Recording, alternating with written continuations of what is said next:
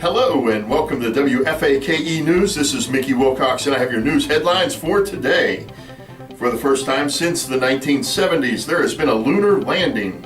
China has launched a lunar probe that supposedly is there to collect samples of lunar rocks and bring them back to their research laboratories. Deep Throat contacts at NASA and the Department of Defense say the probe is in actuality a high-intensity laser array being used to formalize control over the United States and other enemies of the Chinese Republic. They continue to explain that this is exactly why President Trump created the Space Force. When asked if U.S. Marines were being mobilized to counter this threat in space, WFAKE contacts said, not at this time, but a defensive Space Marine Corps defensive outpost is being assembled for fast lunar deployment.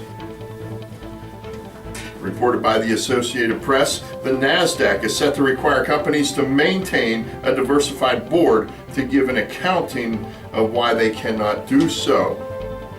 Alexandria Ocasio-Cortez, the former bartender turned congresswoman, has chimed in by stating there are just too many darn capitalists on the boards of American companies. It's high time these conservative-run company boards are balanced with loyal Democratic Party socialist members. Having Kamala Harris in office will help secure the loyal party agenda.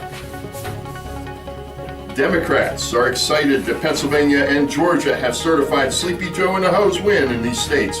Meanwhile, more than 30% of all Democrats feel that their party cheated to win the election. When asked about this moral contradiction, the DNC chairman, Tom Perez, stated, "It's not about right or wrong, but about ensuring the Democratic Party and the New World Order stay intact and on track for the coming transition into a proper, unified global peace." In more news, with the spiking levels of coronavirus spreading across the country, Americans are being asked to isolate themselves for the Christmas season.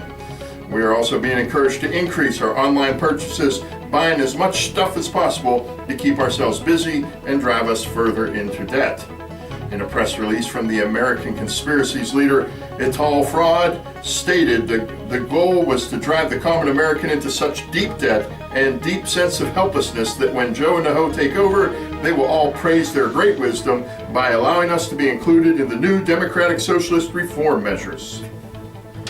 CNN reports that leaked documents show that China mishandled the coronavirus.